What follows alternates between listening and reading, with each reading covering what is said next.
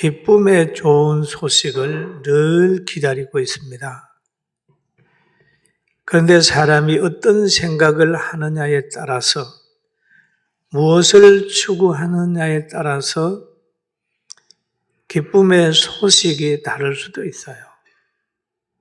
돈이 필요한 사람은 돈 생겼다고 그러면 기뻐하고, 또 어떤 사람은 또 자녀가 있다고 그러면 기뻐하고, 건강이 회복된 것을 기뻐하고, 그 기뻐하는 분량이 조금 다를 수가 있습니다.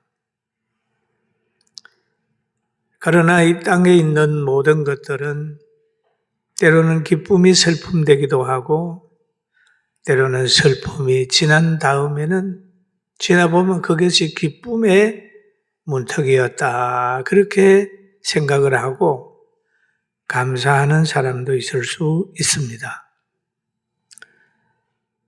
그리고 우리가 오늘 본문에 보니까 기쁨의 소식이라 그렇게 말하죠. 성탄절은 기쁨의 소식이다. 그 예수님이 태어남으로 인하여 기원 전이 기원 후로 바뀌게 되는 겁니다. BC가 AD로 바꿔지는 거죠. 그러면서 또 한 가지는 우리가 믿는 하고 있는 1922년은 예수님을 태어난 후에 2022년은 예수님이 탄생한 그때를 기준해서 계산한 거 아니겠어요? 예수님은 역사의 중앙에 서 계십니다. 그런데 이 예수님이 오시기 전에 이미 세례 요한을 하나님이 보냈어요. 세례 요한. 그 예수님 오시는 것은 그냥 오신 게 아니라 하나님의 계획 속에서 오신 겁니다. 그래서 성경에 보면은 예수님 오시기 전에 엘리야가 와서 예수님에 대한 걸 증거한다고 그랬죠. 누가복음 1장 17절에 보니까 그가 또 엘리야의 심령과 능력으로 주 앞에서 와서 아버지의 마음을 자식에게 거스리는 자를 의인의 설기에 돌아오게 하고 주를 위하여 세운 백성을 준비하리라. 누굽니까? 세례 요한이. 세례 요한이 예수님보다 먼저 와서 예수님을 증거하는 겁니다. 이것이 바로 말라기서의 4장 5절에 예언된 사건이에요. 보라, 여호와의 크고 두려운 날이 이르기 전에 내가 선지자 엘리야를 너희에게 보내리니라고 얘기를 합니다. 그 세례 요한이 와서 예수님을 증거하고 예수님을 많은 사람에게 얘기하기를 세상 죄를 지고 가는 하나님의 어린 양이다. 그러면서 예수님에게 요단강에서 세례를 베풀기도 했습니다. 근데 예수님이 이 땅에 오셨을 때 하나님께서 예수님을 마리아의 태중에 거하게 하고 요셉으로 인하여 마리아와 예수님을 보호하게 했습니다. 그 가정에서 보호한 거예요. 독생 성자가 이 땅에 오실 때 이 가정을 선택을 했습니다. 그리고 마리아와 요셉은 하나님의 사랑을 담는 그릇이,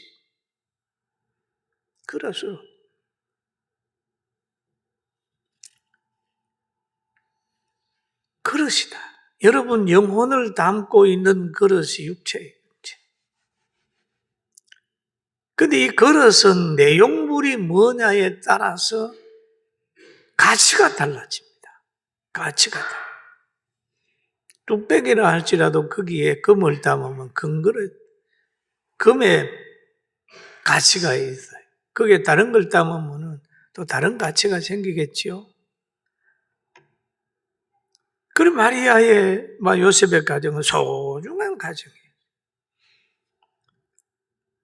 바울 사도는 육체는 질그릇이고 구원받은 영혼은 보배라고 이 얘기를 했어요.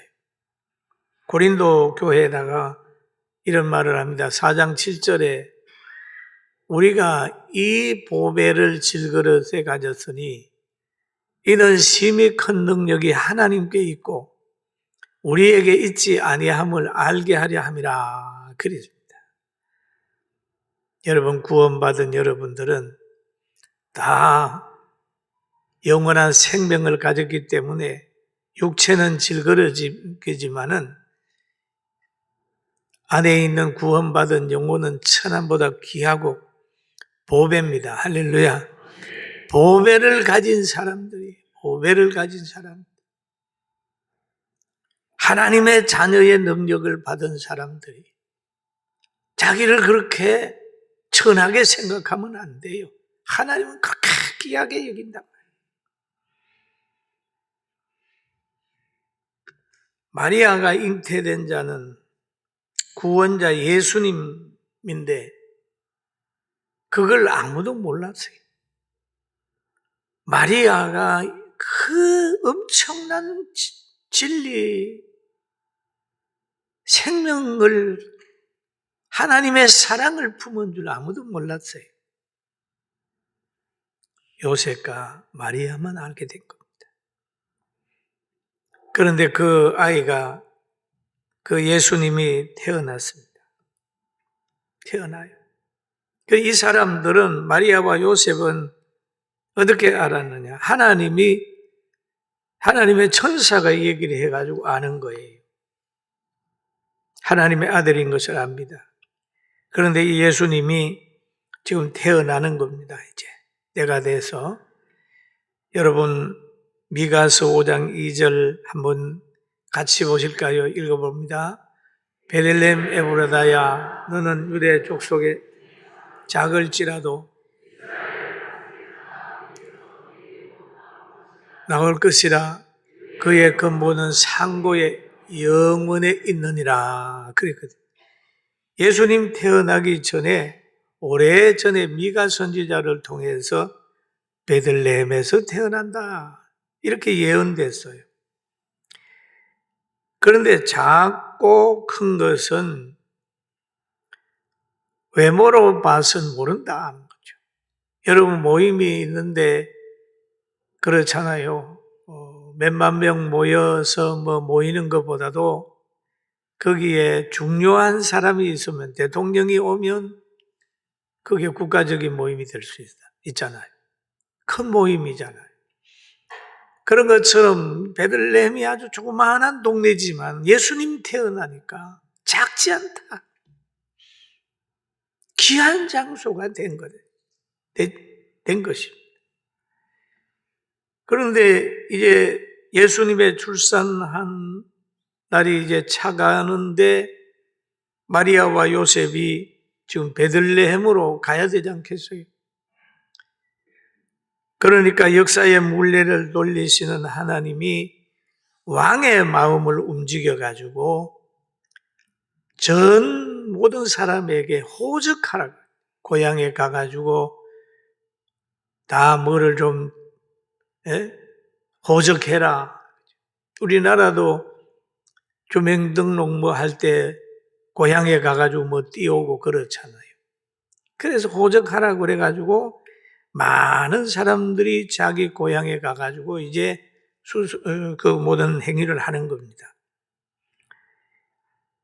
바로 이 로마의 초대 황제 옥타비아누스가 기원 전 31년에서 기원 후 14년까지 있으면서 그때에 호적하라고 명령을 하게 되니까 모든 사람이 호적하라고 가는 거예요. 고향으로 가세요.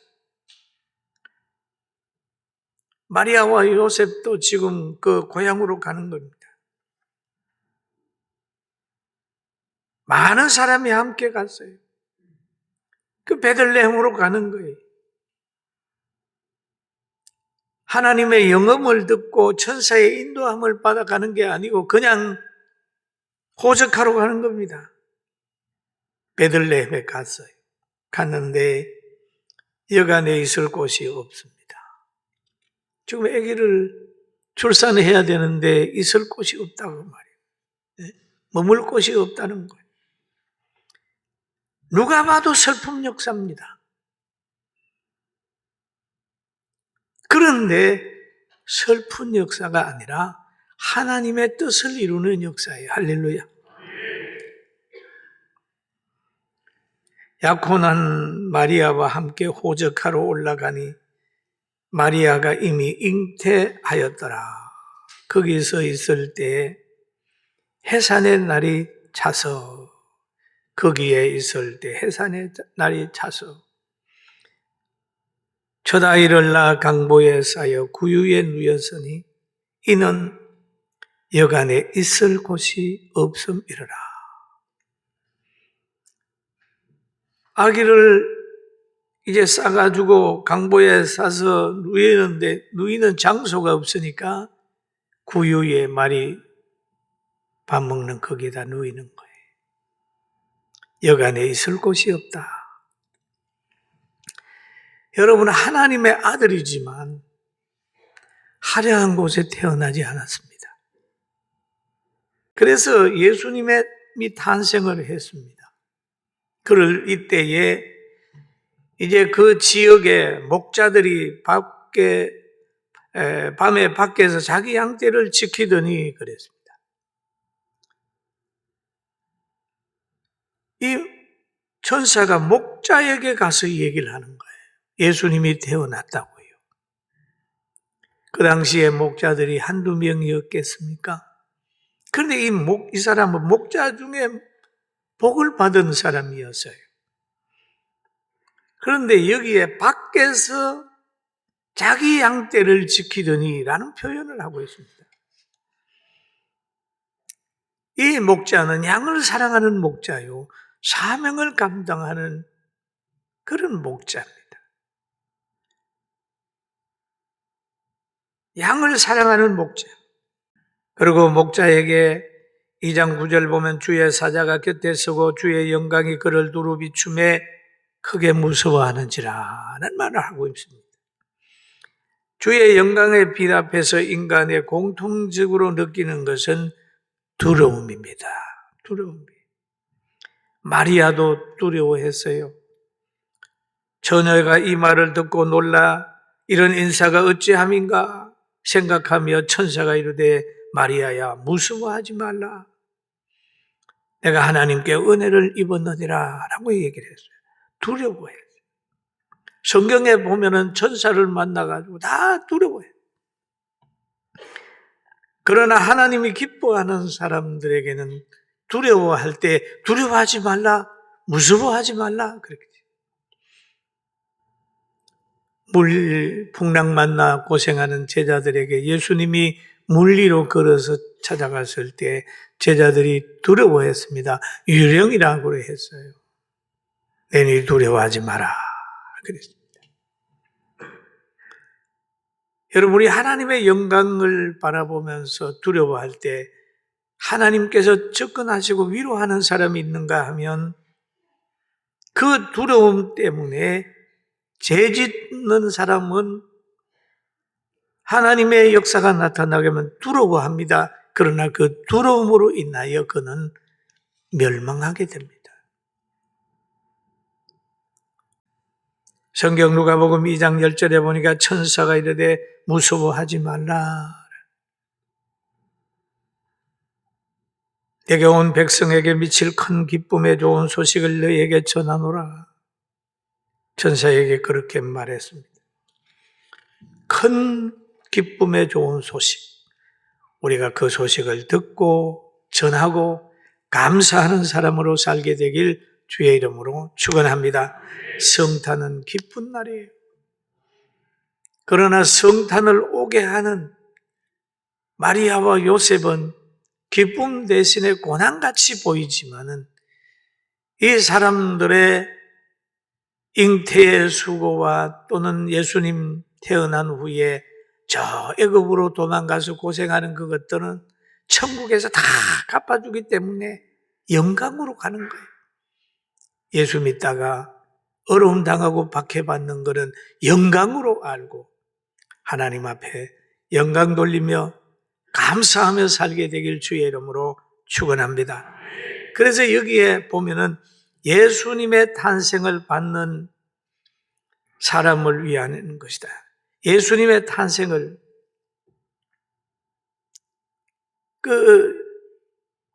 기뻐하는 사람이 있어요.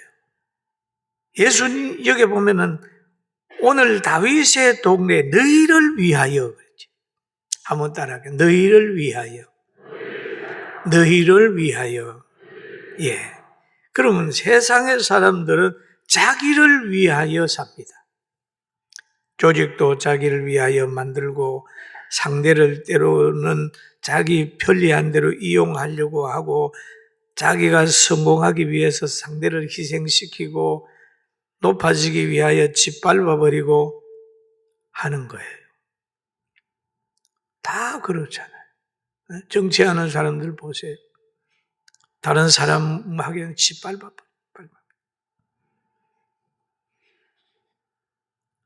자기를 위하여 환경도 규칙도 법도 만든잖아요. 근데 예수님은 아니었어요. 예수님은 오셔가지고 상대에게서 피로를 채굴한 분이 아니고 피로를 채워주려고 노력을 했어요. 인간이 지고 있는 무서운 죄를 해결하기 위하여 친히 자기가 제물이 된 거잖아요. 그럽니다. 바로 오늘날 교회의 역할이 이런 부분이에요. 예수님 따라가는 부분이에요. 그럼 그렇게 하면 손해봅니까? 손해 안 봅니다. 절대 손해보지 않습니다. 너희를 위하여 구주가 나셨으니 예수님의 사역은 자신을 희생하는 거예요. 제자들의 발을 씻기는 거예요. 제자들 보고 나 발 씻겨라. 뭐 해라. 그게 아니에요. 섬김의 봄을 보여준 부분이 예수님이십니다. 오직 예수님을 영접하는 자는 하나님의 자녀가 되고 또 하나님의 자녀가 된 우리도 예수님을 따라서 한 걸음 한 걸음 가야 되는 거죠. 그리고 여기에 너희는 가서 그러잖아요. 가서. 소식만 듣고 있지 말고 너희는 가서. 강보에 쌓여 구유에 누여 있는 아기를 보리니 이것이 너희에게 표적이니라 하더니 그랬습니다. 예수님은 볼 수 있는 분으로 오셨습니다.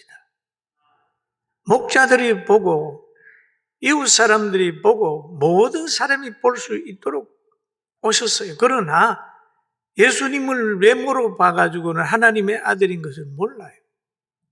왜? 숨겨놨습니다.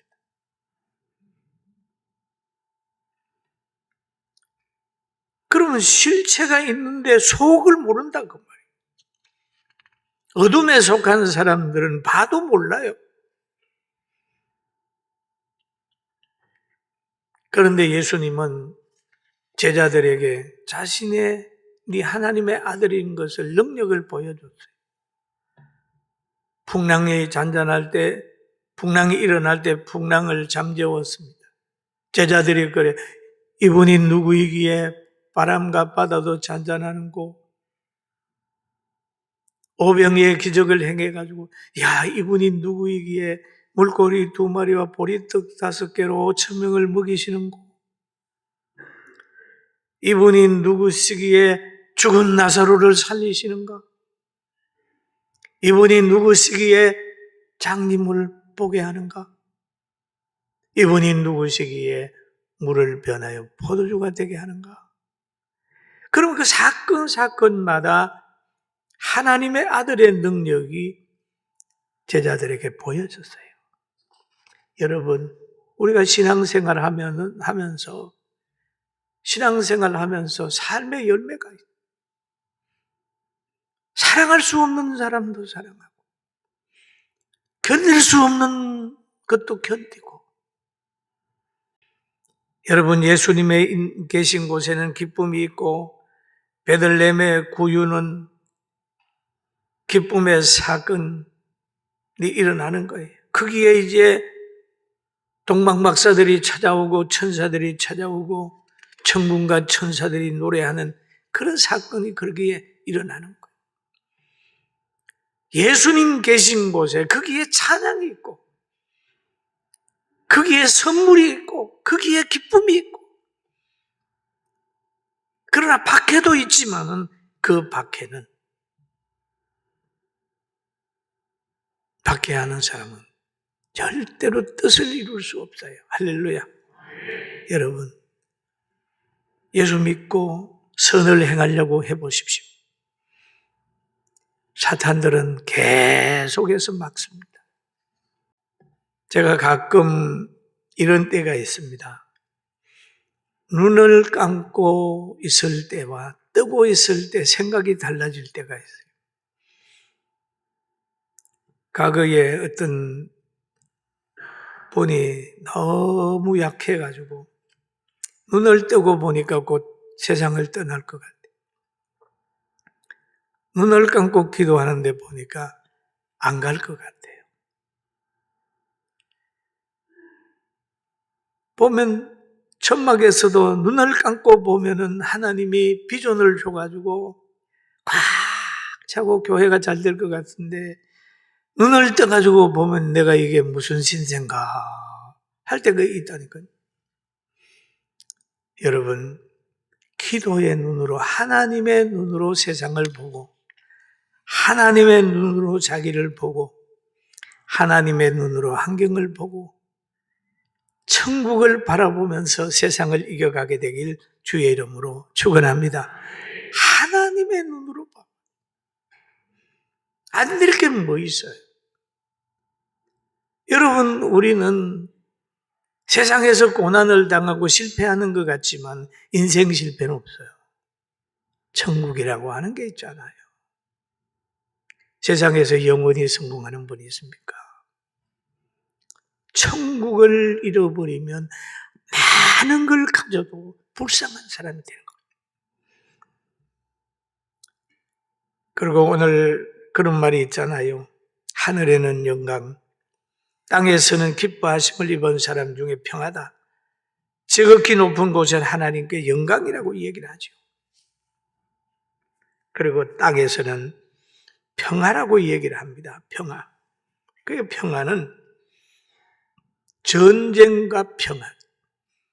영적으로 이기지 않으면 평화가 없어요. 회개하지 않는 사람에게 진정한 평화가 없어요. 예수님 밖에서 무슨 평화가 있습니까? 에베소서 6장 12절에 보니까 우리 한번 같이 읽어볼까요? 우리의 씨름은 혈과 육에 상대하는 것이 아니고 통치자와 권세자들과 어둠의 세상을 주관하는 하늘에 있는 악의 영들을 상대합니다. 악의 영들을 이겨야 평화가 오는, 평강도 오고 평화도 오는 겁니다. 빌립보서의 4장 2절을 한번 읽어봅니다. 같이 한번 보겠습니다. 시작.